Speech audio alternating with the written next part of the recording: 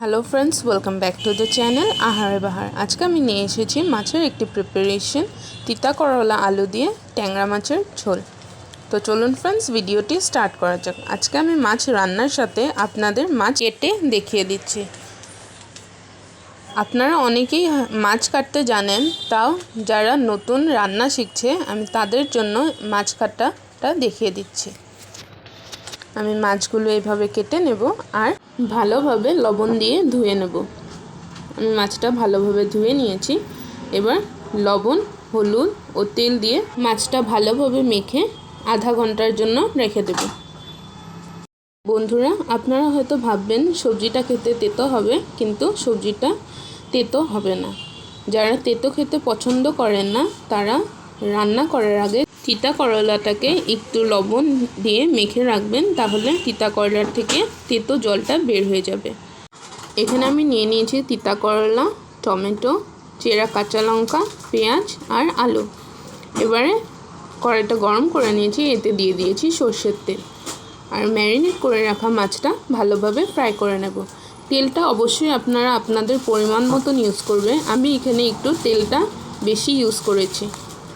আমি মাছটা ভালোভাবে ভেজে নিয়েছি। এবার সবজিটা রান্না করা যাক। এখানে ফোড়ন দিয়ে দিয়েছি একটা শুকনো লঙ্কা আর 1 টিস্পুন পরিমাণে কালো জিরে। এবার এতে দিয়ে দিব দুটো চেরা কাঁচা লঙ্কা।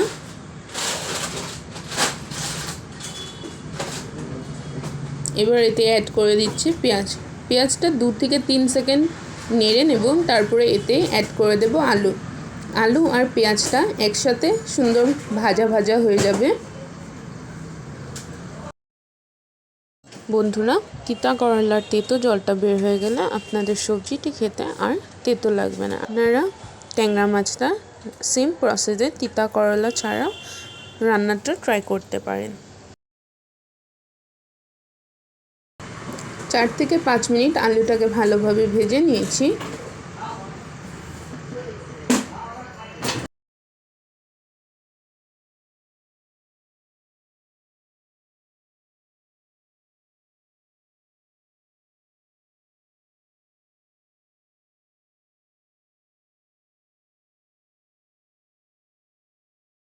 আমি আলুটা ভালোভাবে নুন হলুদ দিয়ে ফ্রাই করে নিয়েছি। এবার এতে অ্যাড করে দেব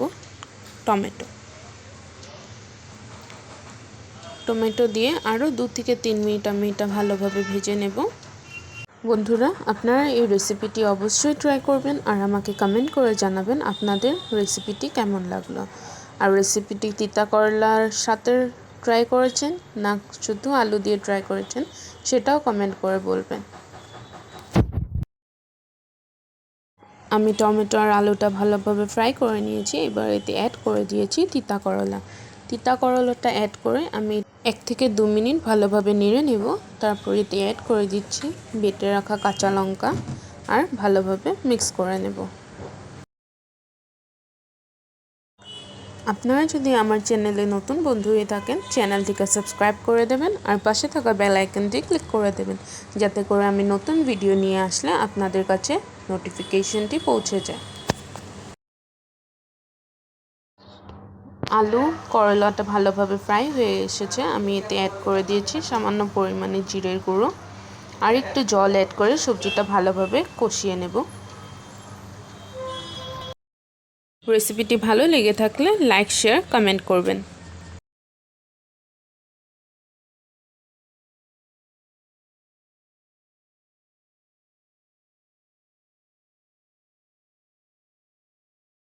আমি সবজিটা ভালোভাবে ফ্রাই করে নিয়েছি। এবার এতে অ্যাড করে দিচ্ছি জল।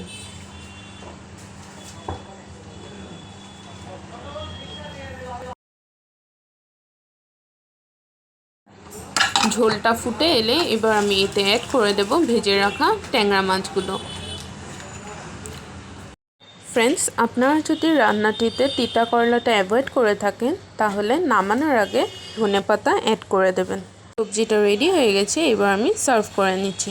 Thank you friends for watching.